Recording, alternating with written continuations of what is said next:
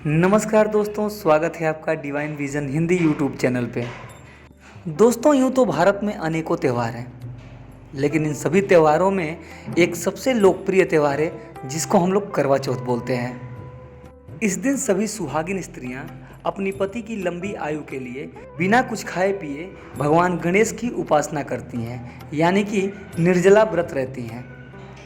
और रात को जब आसमान में चांद निकलता है तो उसे देख के ये लोग अपना व्रत तोड़ती हैं। तो चलिए दोस्तों, शुरू करते हैं करवा चौथ की व्रत कथा। बहुत समय पहले की बात है। एक साहूकार के 7 बेटे और एक बेटी थी जिसका नाम करवा था। साहूकार के 7 बेटे अपनी बहन से बहुत प्यार करते थे, यहाँ तक कि वे अपने बहन करवा को पहले खाना खिलाते थे, बाद में स्वयं खाते थे। करवा का विवाह हो गया। कुछ दिन ससुराल रहने के बाद वो अपने मायके आई थी।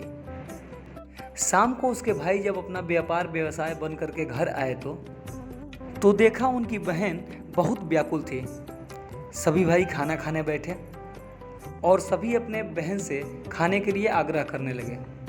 तब उसकी बहन ने बताया कि आज उसका करवा चौथ का निर्जला व्रत है और वह खाना चंद्रमा को देख के चंद्रमा को अर्घ देने के बाद ही खा सकती है। चूँकि अभी चंद्रमा निकला नहीं है, इसलिए वो भूख प्यास से व्याकुल है।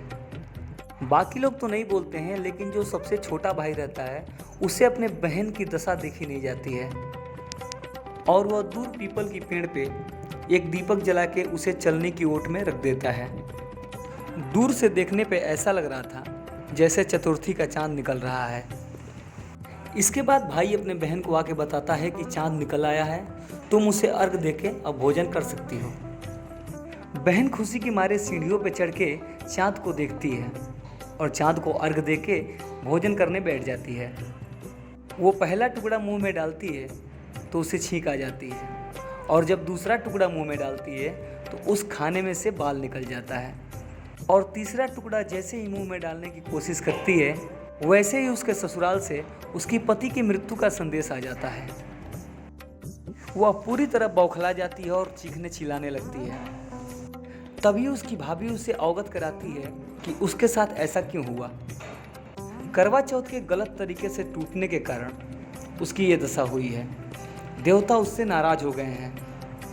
सच्चाई जान के करवा यह निश्चित करती है कि वह अपने पति का अंतिम दाह संस्कार नहीं होने देगी और अपने सतीत्व से अपने पति को फिर से जीवन दान दिलाएगी।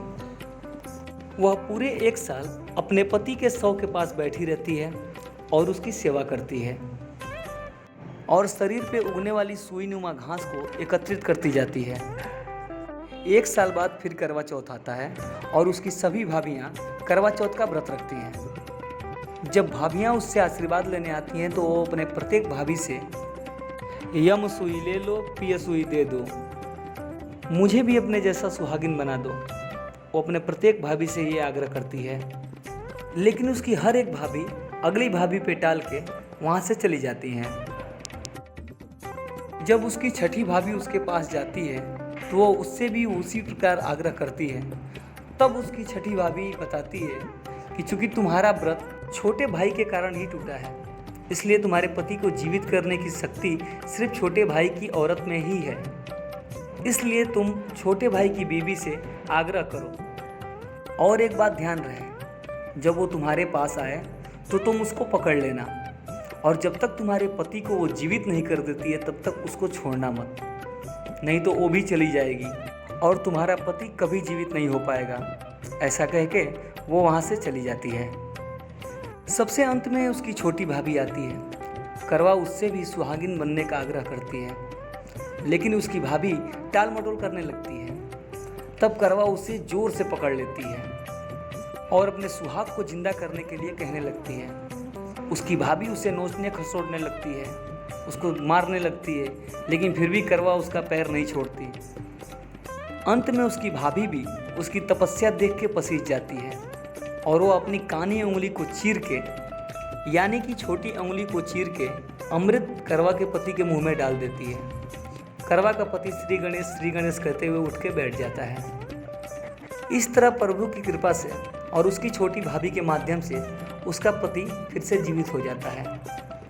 हे श्री गणेश, माता गौरी, जिस तरह करवा का पति उसको वापस मिला, वैसे ही संसार के सभी स्त्रियों के पति को सुरक्षित रखना।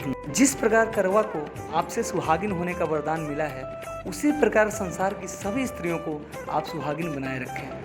बोलो जय माता दी, जय श्री गणेश।